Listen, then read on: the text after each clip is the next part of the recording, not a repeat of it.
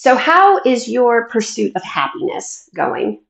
Well, if you're struggling, tune in because today we're going to be talking about a different way to measure the quality of your life. Let's consider that. Hey, I'm Jennifer, a life coach certified by Tony Robbins, and you've found Consider Jennifer. My passion is to show you the power you have to live the life you deserve by taking the time to consider your life so that you can be on purpose with making it happen. Consider your life, be on purpose. Hey everyone, thank you so much for tuning in. I'm really glad to see you. My name is Jennifer Meyer, and this is Consider Jennifer, our place online to take some time and consider our lives so that we can be on purpose with living them. When I started this channel, what I really wanted to do was help people. But what I didn't want to do was make more noise or contribute in any way to this quick fix, hack your life narrative we have. Yet, we do have to acknowledge that the reason anyone would be watching this or any other video is because they do want to improve their life in some kind of way. And I mean, at the end of the day, we all want to be happy, right? We're just looking to feel good, to enjoy ourselves. The problem is that the longer I sit with that, the more I am starting to believe that's actually not what we're looking for. And that searching for happiness is really part of the problem. I instead think what we really want is fulfillment. So, today, what I want to consider with you is why I think fulfillment and not happiness is what we're missing in life and what the difference is between the two. Okay, so let's just start with some basics, right? We live in a world where happiness has been put on a pedestal, like on every pedestal.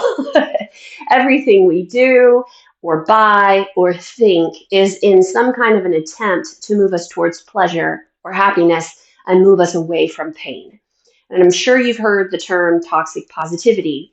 And the reason you've heard it is because this search for happiness is everywhere. It's really everywhere. And unfortunately, it's kind of an insidious message. I mean, it seems really like a good thing, but what happens is this constant search for better and good or right actually starts to make us feel like we're failing at life if we aren't happy. And it's in our social media, it's in our movies, our friends are talking about it, our family is talking about us, and all of these sources, including ourselves, are telling ourselves that if we're not, being happy is the goal. But we all know that happiness is temporary. It comes and it goes, and it often depends on what's happening around us because it's usually externally motivated. Now, I want to give credit to an attempt that's been made to distinguish happiness and joy, and I think that that's really important because there is most definitely a somatic issue with this topic. It really does matter how you define these words for yourself. But I still think that joy and happiness are really too similar, and they fail to recognize how uncomfortable experiences and uncomfortable feelings are actually really positive for us as well. Instead, the message we're given is that if we're going to win a prize if we're happy, like we've done life right if we live a life of joy and happiness, but somehow we lose it if we're not living that way. And like everything with people, it then becomes a never ending roller coaster of evaluation and criticism of ourselves and the world around us. And ultimately, we're left wondering, I mean, are we missing something? Could there be something else? Could I be doing something better? And it turns into this perpetual search for the best.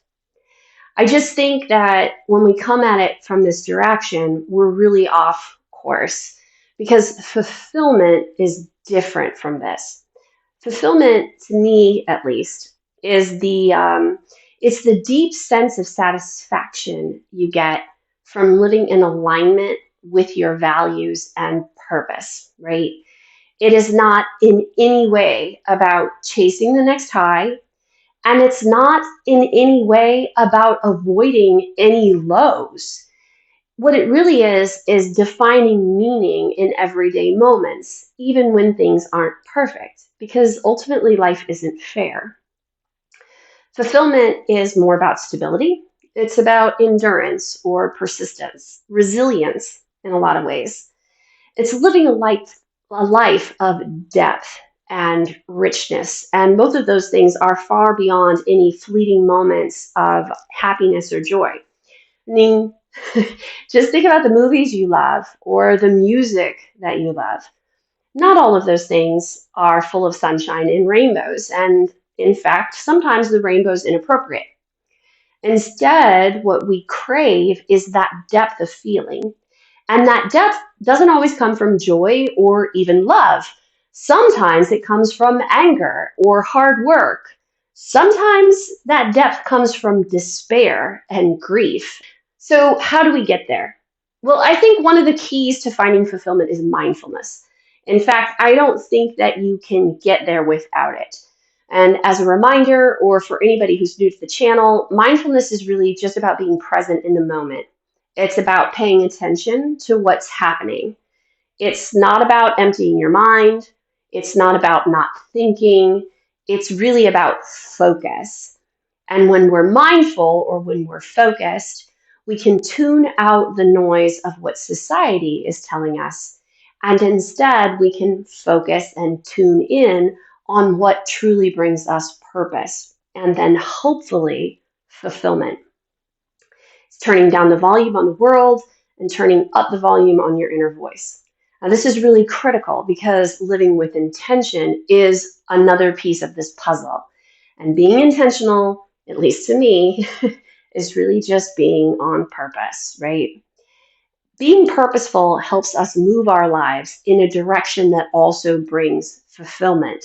And the reason for that is because we're making deliberate choices that align with our values. So rather than just going through the motions and checking off boxes about what we think might make us happy, which we are notoriously bad at trying to predict, we instead can ask ourselves, what will bring me fulfillment today? What matters to me? And more importantly, why does it matter? If you ask yourself these questions, you're going to start to notice that your answers are different from when you just ask, what makes me happy? Or what makes me feel good? So let's talk a little bit about some examples. I often think of happiness as a first level consequence. So eating a chocolate bar. Eating a chocolate bar usually makes me happy, right? Or at least brings me a sense of pleasure. Or sitting on the couch and relaxing at the end of the day. There's something enjoyable about that activity. But if we're only thinking about that first order consequence, then we're missing the opportunity for the deep and rich fulfillment because those things often come from second and even third order consequences. So instead of the chocolate bar, I'll go ahead and I'll grab some carrots and hummus because ultimately that makes me feel like I'm living in alignment with my value of being healthy.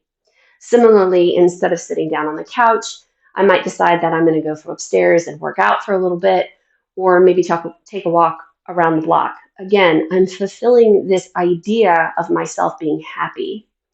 So while those choices might not bring me the immediate pleasure or enjoyment of a chocolate bar or sitting on my couch, it does bring satisfaction and fulfillment because it's taking the actions that I value and have meaning for me and putting them into practice. Okay, so how do we get started? Well, the first thing you need to do is, of course, take some time to consider the things that actually matter to you.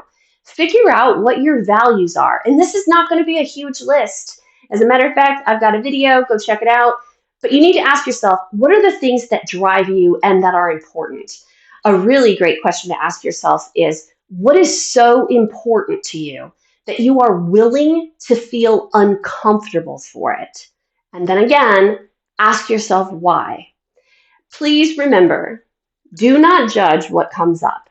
It doesn't matter what you find valuable. It really doesn't. It only matters that you know what is valuable to you. And you can create craziness in yourself if you start worrying if what you find valuable is worth being valued. It doesn't matter. Just honor what's important to you. I have 6 core values, and the two most important are connection and intention. Hands down, for me, everything starts from those two places. And of course, I figured that out by looking at the activities and the relationships or the things that actually bring me a sense of meaning and purpose in my life. Okay, so once you've identified these things for yourself, the next step is to start making shifts, small, tiny shifts in your daily life that prioritize these things, even if those small shifts don't bring instant happiness. Okay? For example, another of my core values is integrity. And this is important to me because with connection as a core because I have connection as a core value. But I also tend to be accommodating and I have some people pleasing tendencies. And so I have found that I need to have some strict boundaries with myself because that's the only way I can be sure that I'm connecting with people and I'm in integrity with myself. Otherwise, I run the real risk of connecting with people in an unhealthy or even potentially destructive way. And knowing that those things are important to me helps me make decisions that will keep me authentic to myself and create that sense of fulfillment because I'm living the story of what I think my life is. And that's true even if it means walking away from a connection that I really want and feeling a lot of sadness and grief around it because I am in alignment with who I say I am. Now, as you make these little shifts over time, what you'll see is that your sense of fulfillment grows, and with it, you get that deeper, more lasting sense of well being because we need to embrace these more uncomfortable feelings so we can feel like we've lived a rich and satisfying and fulfilling life. Rich, satisfying depth and fulfillment don't come from always feeling happy, pleasant, or even comfortable. All right, everybody, that is all I have for today. I really hope that this has given you something to think about. Remember, happiness is great. Please don't mishear me. I'm not saying that we should avoid pleasure. Pleasure is wonderful. But I do want us to remember that it is not the end goal. It's a happenstance, it's an experience. It's a beautiful feeling that sometimes we can influence and orchestrate for ourselves, but often we have almost zero control over. But fulfillment, on the other hand, that's something that we can build and nurture. So, really, at the end of the day, to hell with happiness, to hell with it. Let's aim for fulfillment. If you've enjoyed this video, please hit the like button and leave a comment below. Let me know what your thoughts are on this content. I would love to have a dialogue with you. And of course, don't forget to subscribe for more insights like this in the future. If you're looking for a deeper dive, or if you want to learn more, head over to my website, considerjennifer.com, where you can find more resources and even book me for speaking engagements in the future. Thanks so much for watching, and until next time, everyone, be sure to consider your life and be on purpose.